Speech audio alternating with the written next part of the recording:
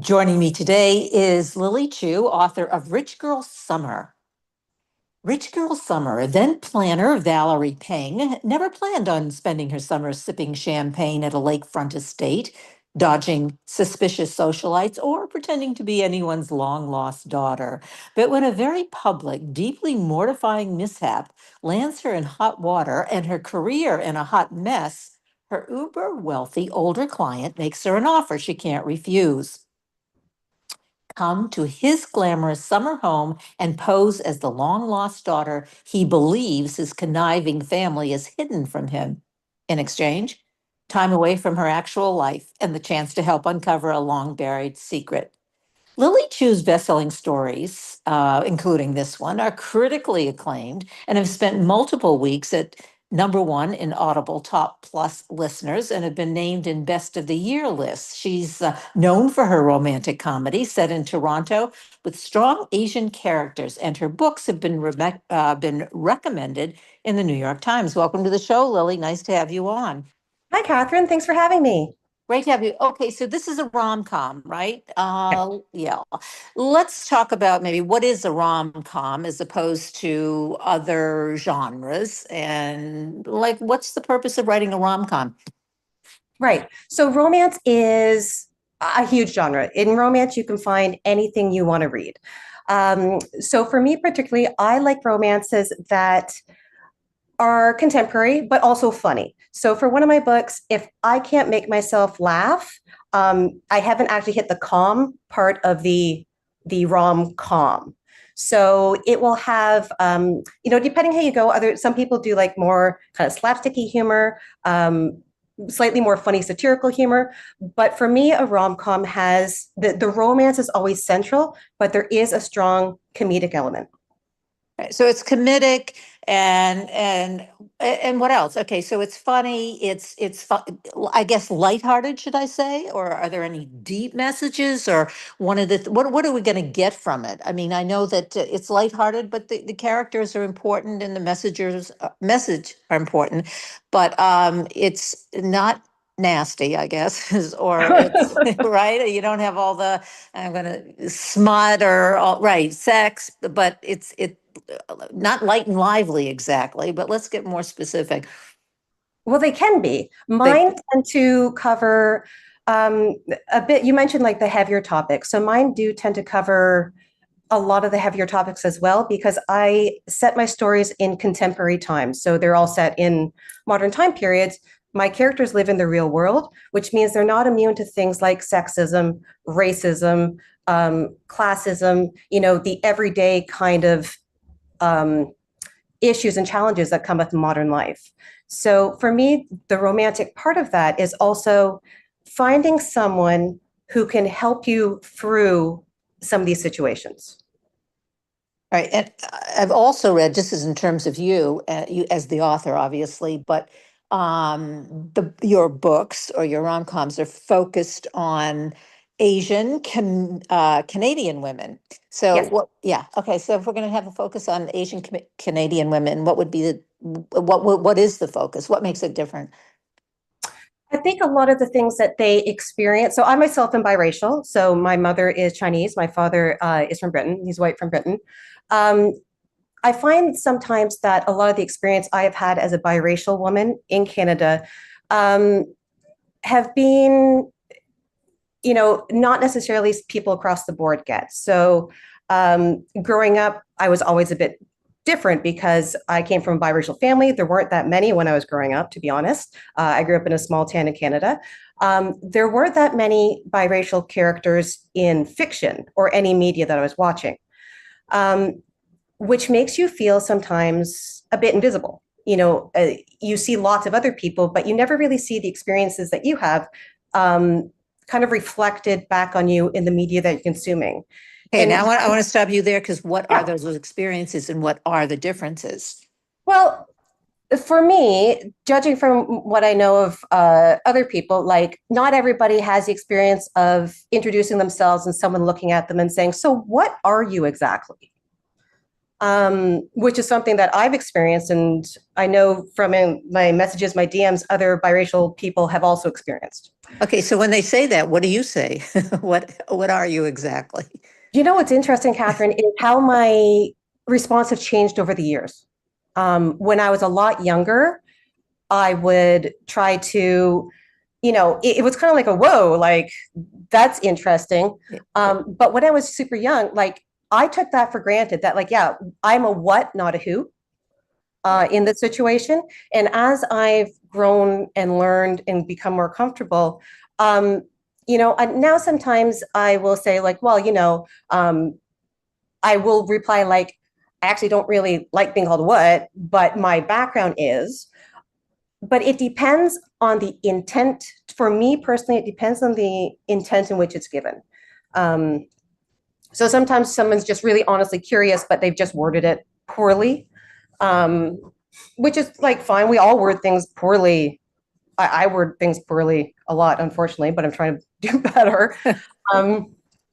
So like, if I feel someone's open to it, I'll kind of be like, hey, that's not a great way to word it because of, I don't really like being called what. I don't think any of us really like being called a what or asked what we are. But also, I always find it interesting that my heritage and my background is something, how am I going to phrase this? It's something that people are like, that's your thing. Like, that's how you're different from me. And that's what they want to focus on and comment on when they meet me. Not all the time. I have to stress that. Okay, now you were talking about intent in teenage years. Now, obviously, you're not a teenager anymore. No. So how does it come up? I mean, you're the same kind of question, and maybe your answer is different. I get it less now. And I don't think it's because I'm an older woman. So people are just less likely to ask me those questions because I'm not a more vulnerable teenager. I don't know what the reason is, but I actually do get those questions a lot less. Maybe I give off a different vibe. I'm not sure. Yeah, and the context probably is different now. Things have changed, attitudes have changed. People are more aware of different cultures, different people. I mean, my granddaughter is biracial, Caucasian on my side, Korean on the other side. Yeah, but still just a baby. But anyway, yeah. So I am curious as to, well, you've proven yourself, I have to say. Well, what's fun, everyone's experience is different too, right? Yeah, Like what I experience is it's so dependent on where you live, who you are, like the situations you're in. And I think that's really interesting. So I always hate it. I always hate kind of giving the impression that being biracial is a monolith. It completely is not. Yeah, you're an individual, you're unique, all those kinds of things come into play, right? Obviously. But okay, but in your okay, that's your personal experiences. And then let's talk about your books. How does that give a different perspective in your stories and the way the content of your books? Right. I think so. Some of my characters are like for this particular book, like a few have been biracial, a few have been full Asian. In this particular book, Rich Girl Summer, Valerie is biracial. So her mom's Chinese, her dad is not. And the way that she perceives it's being biracial is not a huge part of her journey in this particular book. But there are scenes here and there where she'll get the comments.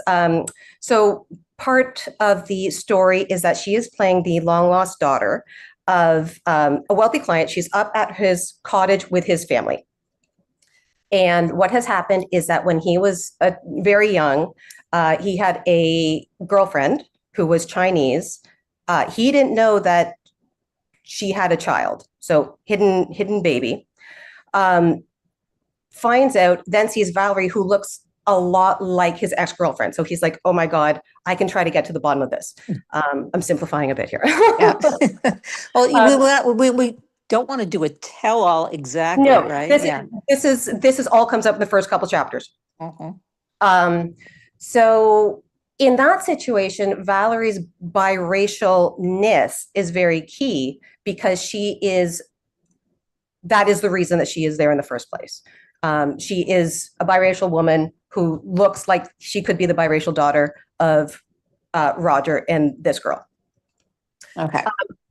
And in the course of that, she has to hear from other family members why they didn't approve of Roger's relationship with that woman that he was his girlfriend when he was younger. So she hears a lot of kind of classist stuff, but also stuff about like, yeah, I didn't know many. Of course, I went to a rich school. There weren't any Chinese girls there, like that kind of attitude. But she's playing this role, so she's like, mm-hmm. So other people sometimes will step in and be like, that's not a cool thing to say. So that's where the biracialness comes out in this particular story. And also your books are noted for, and I don't know if I mentioned this before, but the career-focused women. There's kind of a theme that weaves through, I guess, or many of your books. Yeah, yeah, they're all. I think that's probably a reflection of me. Work's always been really important to me. So all my female characters, all my characters actually, are very ambitious. They have hopes, they have dreams for where they want to make a difference in their work lives. What affects them in their work life affects their personal life. And I also like playing around with different kind of career choices people can do. Career choices you say people can do, or women can do, or women are not allowed to do, or what? For the most part, I think it's, do I have any characters that women in a job field that they can't do? I don't think so. I have a corporate lawyer in The Comeback. But all the jobs they do, it's more the type of job, not that they are prevented from doing the job. So Valerie, for instance, is a celebration of life planner. So she plans, after a funeral, she kind of plans the get together where people can really move along the grieving process, which is an unusual job, but not one that I think is particularly gendered. Okay, let's talk about celebration. That's a new, I don't know, it's relatively new, right? Isn't it? Yeah, Celebration of life. Is that something that you've experienced in your personal? I have. Yeah. But I've only started seeing them in the last 6 or 7 years, I'd say, Yeah. like within Yeah. the last decade. Because before, it was the funeral and then the reception for, events I attended or funerals I attended. And I think, I don't know what the shift was, but people really started wanting to, in a less formal way, celebrate the person that was and the impact they had, with songs or art or, things that made a difference, things that made the lost person unique. And I think it's a really beautiful way to remember somebody. Yeah, well, and I think the opposite, I guess, is what you're saying. Let's say prior to 6 years, well, it's sort of been happening for the past 6 years. When people died, you were kind of like, I don't know, celebrating wouldn't be the right word, but you were Yeah, acknowledging the death, focusing on the death rather than the life, right? It was always kind of exactly. a morbid kind of a situation. Yeah. Hmm. Yeah, I agree. And I think like one of the reasons that Valerie has gotten into this job is she had been a wedding planner, but she really wants to help people kind of at their lowest points. Like weddings are stressful, but they're also joyful. After a death, there's a long time before you get back to the joy. And she wanted to really help people along that journey to find the joy, the comfort of living and experiencing life with that person in that person's absence again. So she looks for creative ways to kind of bring that person back. So, if somebody really loved gardens, she would say, well, why don't we do it in this beautiful botanical garden I know, like have the celebration there. There's one scene where a woman had desperately wanted to learn how to do something and never got a chance. So she had everybody go to that training studio and learn how to do it kind of in her honor. So just different ways to kind of work through the grief, but also remember the joy of the person. What about how a person dies? And as you're talking, is describing it, the person who likes flowers, botanicals, that's a very up. I guess it's uplifting. But like if you take something like the Texas tragedy and the children dying, is that different than like say an older person who's at the end of their lifespan or they died not tragically, all of those kinds of different scenarios. You know, that's really interesting. And I'm thinking now of the book, and I think in the book, pretty much everybody had lived a long Life. life. Yeah. Yes. And I think that could be because I personally couldn't bring myself to think of a celebration of life for a small child. Yeah. I think I just unconsciously said, you know what? It's a rom-com. I'm already talking about death. I think this is where I need to draw my own kind of mental line. Yeah. Um, because I do sincerely believe that we need to get the joy, but something like that is so uh I think that just takes a very, very, very long time. Yeah. Different boundaries. And this book is, as you say, it's a rom-com. You can't, you were not, you're, it was, I guess, boundaries. There are certain things you're going to write about in this particular book, and that Yeah. wasn't, that wasn't And one of that them. I didn't realize until you brought it up. But well, thank you. I learned something about myself. I don't know if it's a thank you, but okay, maybe it's the next book. Who knows, right? You always learn something about yourself when you're writing the books, Yeah. and you don't really realize how much of yourself goes into the book until later. Yeah, that was going to be one of my questions. Like, as you're writing the book, some of this stuff is who you are, but it's unconscious. I mean, it's not really in your consciousness until you finish the book. And probably, as you're saying, until you get responses from other people, because Yep, everybody has their own experiences when they read the book, right? That they yep, bring to the reading. yep. Completely, completely. And sometimes I read things into it that um, I can see and be like, oh, I can see how you got that. And then sometimes it's not what I had planned at all, which is always, readers' perceptions of the books and where they're coming from and what they're getting from the book is always fascinating to me. So you and I can both read the same thing and come out with very different opinions on what the author was trying to say and how they made us feel just because we're different people. Yeah. It's the same thing as seeing a play or a film. Yeah. Right? Yeah. You bring yourself to the event, and it's all very different. What about surprises? I mean, because in terms of the reactions you get from the book, like you're talking about, you're not always sure how people are going to respond, but big surprises like that. Wow, I didn't expect that. Well, I actually don't read a lot of my reviews. So the responses I get are people who take the time to DM me or email me. Um, and normally they're very supportive. Sometimes they are not. But I don't think from this one so far, I haven't had any. I'm always worried when a book releases because you never know what's going to happen. But so far it's been positive and no big surprises for me, luckily, which is great. I don't want reader Yeah. surprises. When you go into one of the books, you should have a general idea of what you're getting into. So that makes me happy. What about the people? Okay, you have a lot of different, I don't know, we've alluded to, we're talking about it, different readers. I mean, whose opinions do you value the most? Oh gosh. Um, my husband listens to my books Hmm. and I value his opinion. He doesn't see them before they go out. My mom listens to my books. Um, and sometimes I'll get a row of hearts. I'm like, yes, nailed it. Amazing. Yeah. Um, in general, But these, I have to say, these are people who love you. I'm yeah, I assuming. know, I know, I know, I'll I make know. that So it's kind of, assumption, right? Yeah. they're kind of obliged. Yeah. But if they didn't say anything at all, then I would know. Yeah. But I think uh, I really don't know if I have yeah, gosh, this is a really interesting question. Um, like I think to me it's just like, if you were a reader, that is great. But I think subconsciously I'd be like, if you love the book, I love that. Yeah.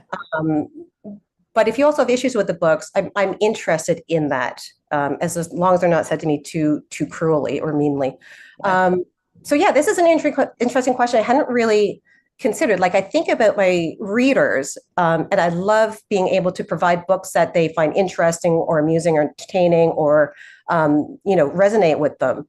But I don't think I have a particular like you're more um, uh, kind of special ranking. Yeah. Yeah. Yeah. As you're talking about it, I'm thinking about that. And maybe all of them are important. Like, and as They you, really yeah. are, yeah. And you never know what part of what book is going to really hit with somebody. And it might be something that just kind of put in cat, you just thought was neat or whatever. But it's that one line or that one scene that someone's like, whoa, that is me right now, or that's what I needed to hear, or that's what I needed to see, or that's really making me think. And again, that's going to be so different for every person. So all I can really do is write the book I want to write and hope people want to come on that journey with me. Yeah. And so you can't predict what particularly in the book, is going to resonate with whomever is reading the book. That you There's don't know. Yeah. Yeah, there's scenes that I hope will resonate. There's scenes that I designed to be emotional or, are really bearing the characters' souls. And I hope those scenes resonate with people. But it's also possible that a character's thought when they're looking at the water, like a casual thought, will resonate as deeply with somebody else. Um, yeah. But then there's also, I would imagine, there's a consistency. Like if I go into the bookstore, I'm going to listen to an Audible, or whatever, however I read it or listen to it. I'm looking at, I'm going to choose a Lily Chu book because there are certain consistencies that I can expect and that I like and that I want to read. Yes. Yeah. Yeah. Yeah. You're always going to get a romance of people that is based on respect in all my books. You're going to get characters that, despite their ups and downs, are going to appreciate and see each other and support each other. You're always going to get a happy ending. I mean, that's part of romance, like Yeah. that's the kind of the rule of romance. Um, you're going to have the characters kind of struggling against real life situations. And there's probably going to be something a little bit wacky, like someone's got a pet chinchilla, somebody, um, excuse me, uh, is like playing this strange online game. Somebody is, a celebration of life planner. So something is going to be a little bit different. And if I'm looking at the title, Rich Girl Summer, Mhm. I would also expect, they're going to be upscale characters. I mean, there's such doomsday stuff happening everywhere around us that, boy, I want to read about a rich girl summer. They're going to be interesting characters as you've described them, but they're also upscale characters. It's not going to be a downer. Well, it's a rom-com, but so the characters are going to have some kind of feel good, I guess, feel good aspect to them. Yes, they're going to, and I think like this is why I love romance so much because it's all ties into that happily ever after. But in this book in particular, Valerie is such a beautiful character. She's exuberant. She loves trying new things. She just loves life and experiencing life and everything about it. Um, which not all my characters, some of my characters are a little more anxious. A lot of them are a little more anxious. Um, but yeah, they're going to be characters who are experiencing everything around them, if that makes sense. No, yeah, no, that makes a lot of sense. So now, okay, so this is your latest book. By the time you finish this book or you get it out there, Yeah. are you already on to next? Or Yeah. do you give yourself emotionally time to like, process the whole thing and you need, time or not, or you need to feel like, okay, I got to keep going. I want something new.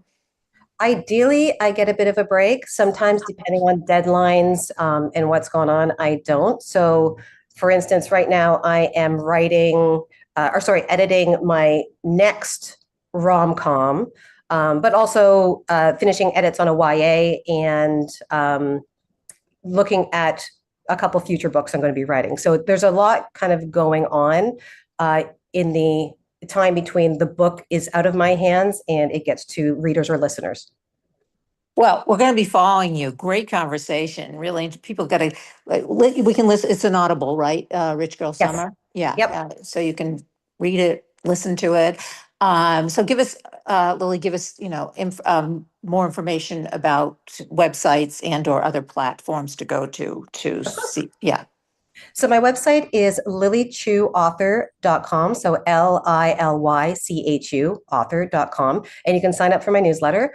And I'm on Instagram at lilychuauthor. Great. Thanks so much for being on the show today. Great conversation. I really enjoyed it. Yeah, so did I. That was so interesting. Thank you, Yeah. Kathryn. Thank you.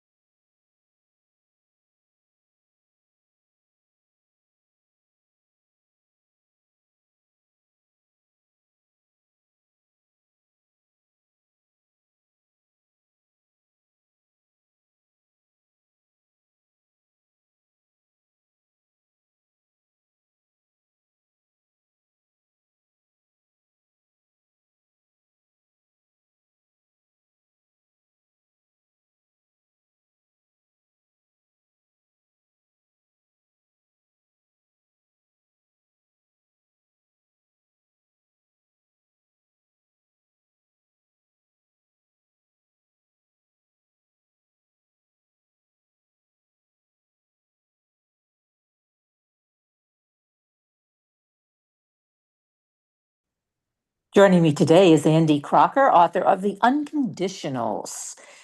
Andy Crocker is a longtime aerospace executive, has spent 5 years leading a team vying for a one-in-a-lifetime shot, NASA's Human Landing System project to return humans to the moon. But in the final round, they lost to Elon Musk and Jeff Bezos. While heartbreaking, both professionally and personally, that loss sparked a transformation in Andy. And in his new book, The Unconditionals, Five Timeless Values to Live Without Limits and Ignite Your Superpower, he explores what it means to build a meaningful life, not around success, but around values, specifically love, gratitude, integrity, accountability, and endeavor. A veteran aerospace engineer and father, Andy shares how these principles helped him move through burnout, disappointment, and change with clarity and purpose. Welcome to the show, Andy. Nice to have you on. Thank you, Kathryn. It's great to be on. Thanks for having me.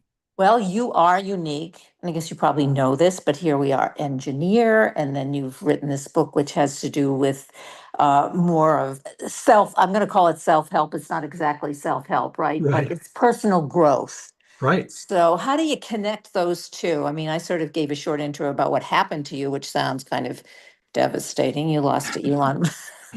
Right, We lost to the big guys, I have to say, but right. okay. Yeah, Yeah. Well, it's thrilling in the middle of it, right? yeah. It's thrilling to be part of it. It was a great project. It was something where you get to build a great team, you're around great people, you're having a blast while you're doing it. But it is devastating if you don't win. And when we didn't win, we were certainly devastated. And for me, it was sort of a turning point because I stepped back to say, what do I do next? Did you But in think, terms I want of to go back because not back actually, but just stop you here. But did you think you were going to win or what was the buzz as this was all happening? Because you said obviously it's very challenging and you're working Yes. towards, yeah, Well, I think there were positives and negatives or positive signs and negative signs. Negatives certainly were competing against, at the time, the two wealthiest people in the world. The companies that they ran and currently run depend on their financial wherewithal and reputation and other things. So that certainly was a big factor. And in the end, was a major driver, I think, in NASA's decision because NASA's really depending on commercial industry to have a big stake in getting back to the moon.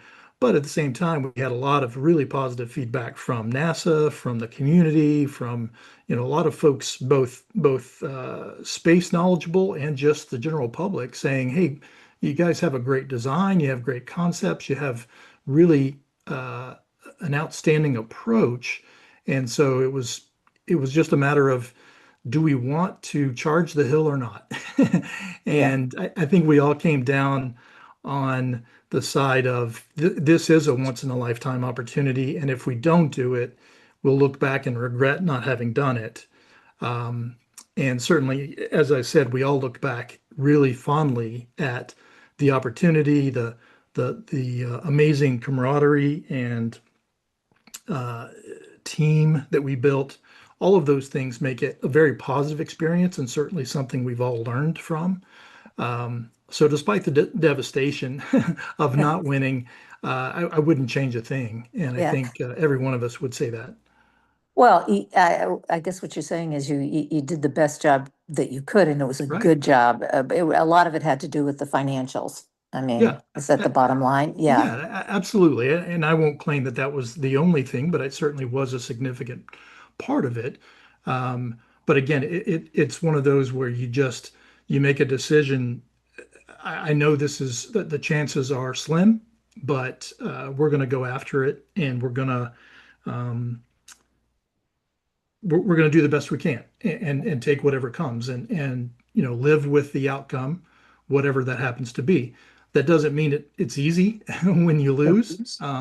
You you go into it with optimism and certainly every single day you come in expecting to do a good job so that you put yourself in the best possible position. But ultimately you have to live with the results. And so for me, it was as much as I knew we could lose, and there was probably a better than 50-50 chance we would lose, it was still a devastating result. And so then, as I said, I kind of stepped back to say, well, what do I do next? Yeah. Because I had kind of put my eggs in the basket, so to speak, of winning, and also kind of counted on my career heading in a certain direction. So it was sort of an inflection point opportunity to step back and say, okay, what really matters to me? But you weren't blindsided. I mean, it Right. doesn't sound, I mean, your eyes wide open, I guess you would say, right? So you knew that, I mean, there was an expectation you could lose, but then the loss, it was devastating, I think, as you described it. So then there's this transformation in you. Did that come over a period of time? What was the camaraderie amongst you and the other guys and gals who worked on the project? Did you help each other, or how did that work? Right.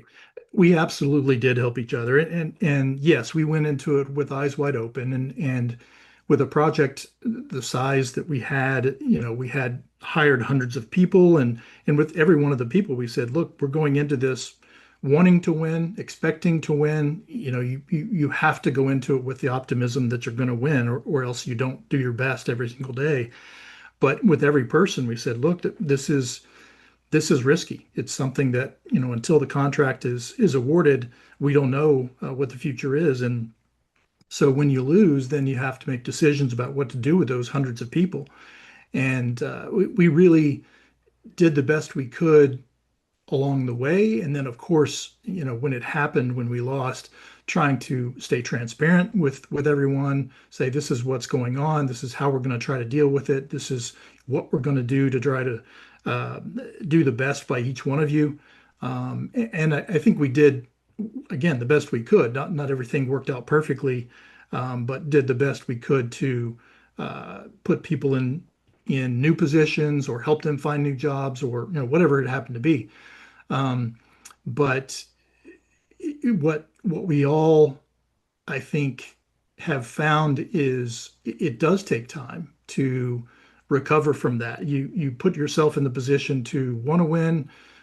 You have to plan in these kinds of huge projects. You have to plan as if you're going to win. So you make all of these plans. You make arrangements. You set up contracts. I mean, everything has to be really done rigorously in advance, because when you get the award, you have to be off and running, and it's a very, very fast turnaround. So when it doesn't happen, you have to unwind those things, and so it takes time to step back and say, okay, what does this mean for me? And for me personally, it was, the first few weeks and months, it was about how do I help these people find new positions in the company or outside the company, and then how do I find a new position for myself? And then it's thinking about, okay, where's my career headed? And for me, what also played a role in it is my son. I've got two kids, and my son, who's the older, uh, started his senior year in high school just a few months after we lost. And I'd always told myself I want to write down for my kids the things that I think are important. And I had kind of started that when my first child was born, and really sort of, like many of us do, let it lapse, and really hadn't put much into it. And when it hit me that he's a senior in high school, he's going to be out of the house soon, I decided, okay, I've got to start writing these things down for real. And in that process, it didn't happen immediately upon starting to write the book, but in the process of writing the book, and especially toward the end, as I really tried to consolidate it into the book that it became, it hit me that this was a process of realizing what really matters to me. And writing the book had a lot to do with recovering from that loss, because it helped me understand what really does matter. But you talked about your son, and now he was a senior in high school, so I assumed he was, I'll say, on the bandwagon for the project and understood it and knew a lot about it and was Right. connected to it. So I would assume it was his loss too, and how you dealt with that. I mean, he's looking at his father, who's, on this, getting people or getting humans landing on the moon, and then all of a sudden it's no longer. So what Right. happened? Yeah, what happened between the two of you? Yeah, and my daughter too. And you're good. She's younger, and so yeah, all three, and my wife too. We were all in it. Of course, I'm living it day in and day out, and um, they don't necessarily know what I do when I show up to work every day, Yeah. but yes, they know how important it is to me, and therefore it's important to them. So devastation certainly didn't hit them like it hit me, but they were uh, supportive and understanding, and fortunately for me and most of the people who worked on the project, I live in Huntsville, Alabama. It's a great place for aerospace engineers, and if you do happen to lose a project or lose a job, there are a lot of other aerospace jobs in town. So for me and many others, we didn't have to move, we didn't have to completely start over. I know that's not true of everyone, so we were very fortunate, and I think that helped my family especially sort of soften the blow. Like, yeah, he lost this big important project. It means a lot to him. We will support him, but we don't have to go sacrifice major things in our lives because he still has a job. So Yeah. I fully understand how fortunate I am in that situation. Um, Well, you're and still an engineer. They can't right, take that away from you, right? Or they that's couldn't right. take, yeah, an Exactly engineer that. with all that, with all those kinds of experiences. But what I'm thinking is you're talking because the unconditionals and I mentioned it in the intro, the five timeless values. But Mhm. all those values also, I would assume those values also were part of the engineering project. I mean, these values are timeless values. They're, Right. but maybe you didn't realize how important they were, how they could be translated into other areas of your That's true. life. That's Yeah. true. Yeah, absolutely. That's true, Catherine. That was a part of writing the book for me, is learning for myself. I started writing these things down that I think are important because I want to share them with my kids. And as I get into it, I realize, hey, I've had experiences where these values have shown up, either where I failed or where I've succeeded, or certainly learned things about these values. And so I'm going to include those in the book. And then as I started thinking about how do I convey how we live these values, I realized these apply in every aspect of our lives, as individuals, in relationships, as parents, and at work, and as a leader. And so I try to write about each of those in the book. But absolutely, it hit me that these values show up in our work. And when we fail, or when we succeed, it's because we have or have not lived up to these values in many cases. And so that really helped reinforce for me the importance of the values, and how much I learned from, not just that one project, but so many things in my life and my career. Well, you talk about in your book, and as we're talking, I guess, discussing now, but the practical insights for parents and educators and leaders, and how to instill these love, gratitude, integrity. I'm reading them again, accountability, and endeavor in the next Mhm. generation. Because now you hear a lot about, in certain ways, well, maybe we hear about both, but STEM, it's your, like engineering. We don't, student teaching preschool kids STEM learning. And do you do that also, incorporating these values? How do we teach the next generation, I guess is my question. Right. That is a key question. Absolutely. And I've thought a lot about, since publishing the book, which, has just been a couple of months now. What do I do next? And I don't expect, even my own kids to read the book and really get everything out of it that I would want. But I do think these values are so important uh, that we need to find ways to convey them to kids. So I'm actively thinking about, how do I package these values in a way that I can convey them to not just my kids, but other young people, new career people, mid-career people, everyone, parents, being a subset of those. And I think, I'm an engineer, so there's often an assumption. You asked the question kind of at the beginning, how do you as an engineer, sort of a more of a technical person, uh, think about these more philosophical or personal growth type things. And for me, it's in part because I'm a big picture thinker. I'm kind of a system thinker. So how do things work? And I've really, for whatever reason, applied that to life in many ways. What works in life? How do things come together? And in writing this book, it was about how how do we live in ways that are effective in the world, but also help us to be fulfilled as people. And probably flip it the other way for importance, right? How do we be fulfilled as people, but then as a result of doing the right things, be successful in the world? And so, I'm interested. I think you talk about this too, and as many, it's popular now to think about this, but resilience, right? Resilience. mhm, But if you want to be resilient, like you're an engineer, you're a problem solver, but I'm assuming and that you have, you are in any kind of an engineering situation, you analyze and what you're doing, but at the same time, you have setbacks.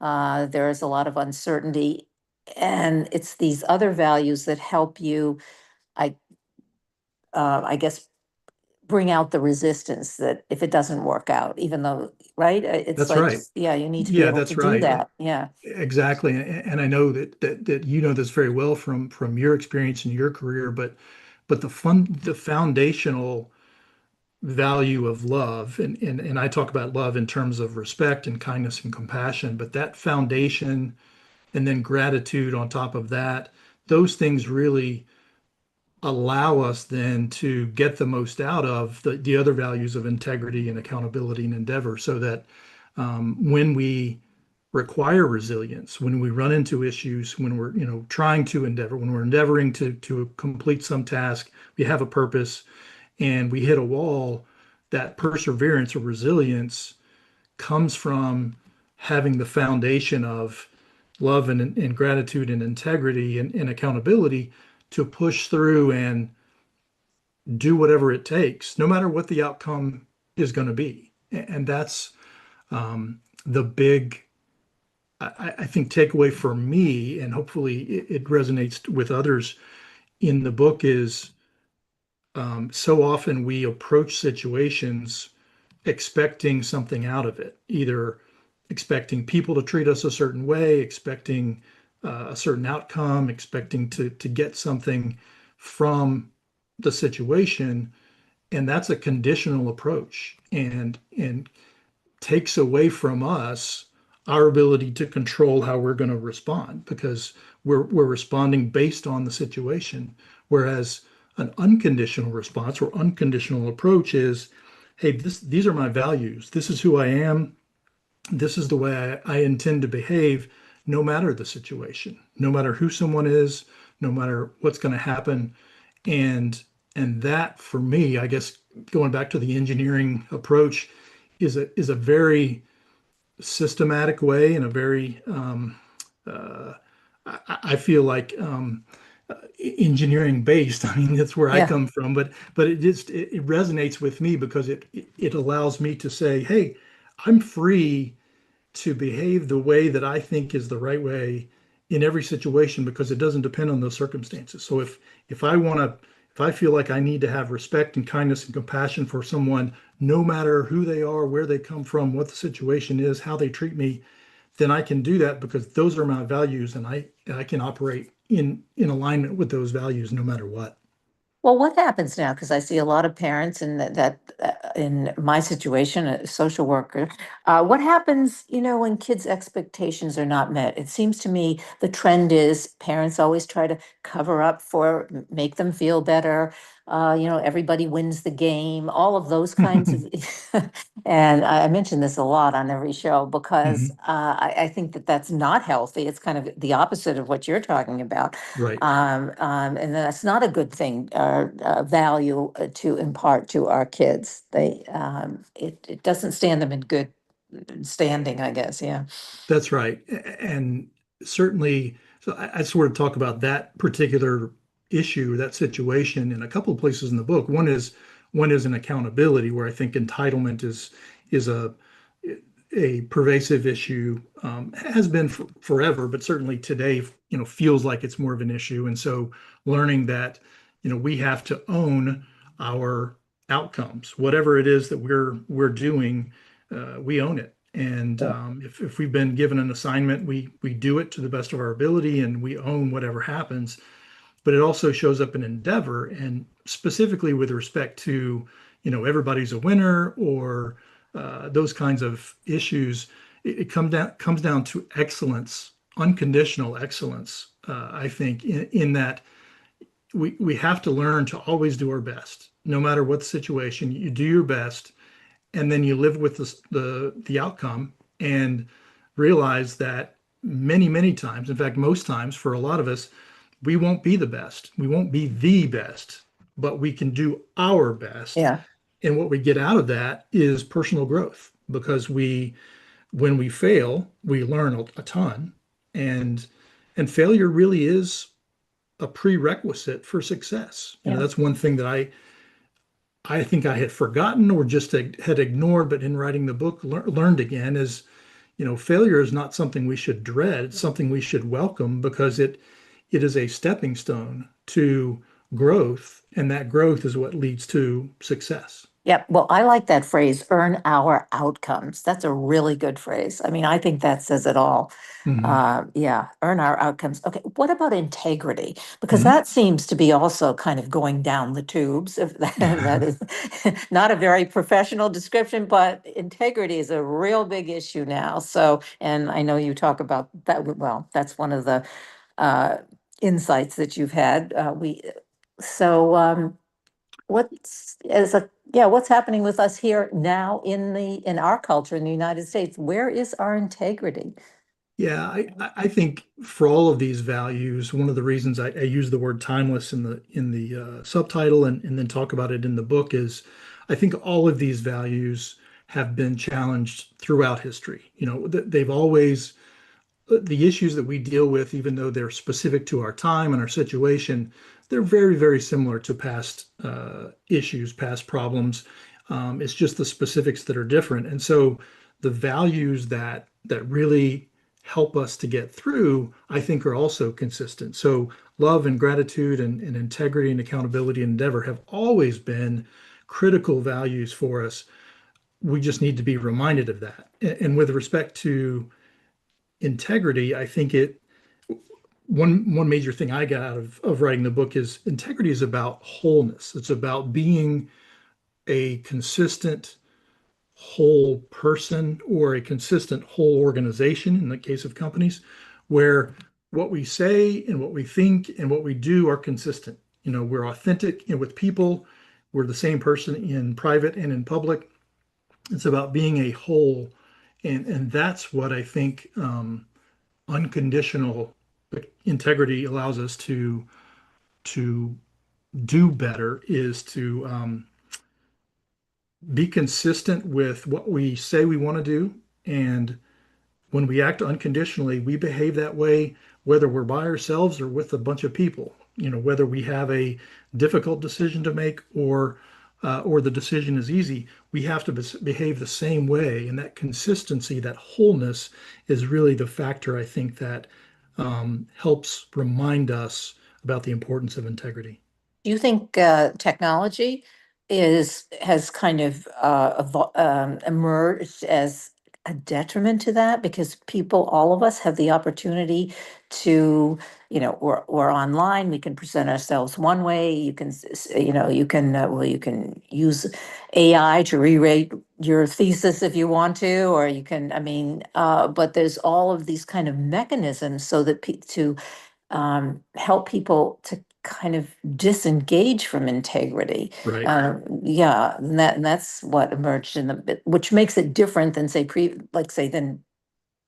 well, we've had the That has ability to do certainly that made for it more 20 years. challenging. Yeah, Yeah, more you're challenging. absolutely Yeah, right. Yeah, exactly. and I think technology, technology is always about making things easier for us, right? And unfortunately, it makes failing easier as well. Yeah, It gives us opportunities to fail.